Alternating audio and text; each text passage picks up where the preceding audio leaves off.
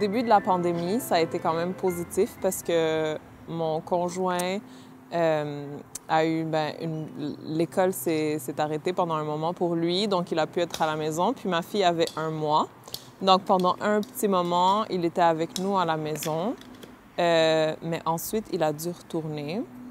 C'est sûr que c'était quand même difficile d'être toujours à la maison, de ne pas voir d'autres gens que les gens de sa famille.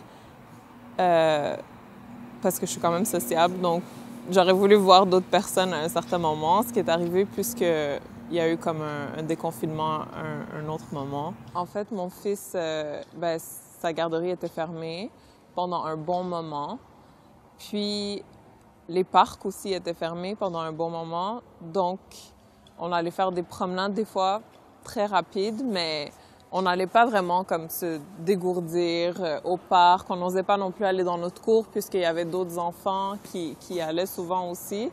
Donc, c'était vraiment difficile de ce côté-là. Puis, en plus d'être toujours à la maison, ça a un impact sur les enfants qui veulent dépenser leur énergie. Puis, c'est normal, puis ça fait qu'il y a quand même plus de crises, plus de temps d'écran, ça c'est sûr.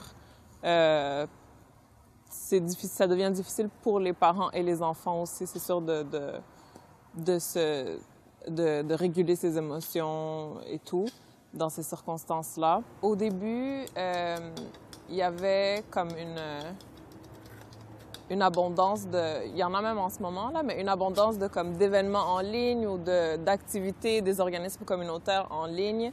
Puis c'était vraiment intéressant, mais on dirait qu'à un certain moment, il manquait quand même le contact humain à tout ça. Donc, à un certain moment de la pandémie, il n'y a pas si longtemps, les organismes communautaires ont un peu commencé à offrir des services, offrir des événements en présentiel, puis ça fait quand même du bien. C'est important, oui, de faire attention à la sécurité par rapport au coronavirus et tout.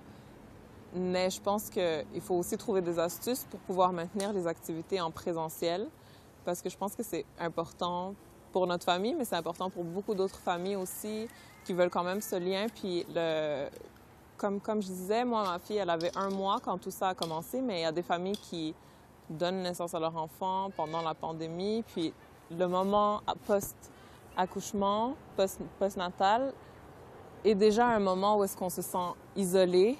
Puis ces activités-là font justement qu'on retrouve une communauté et tout.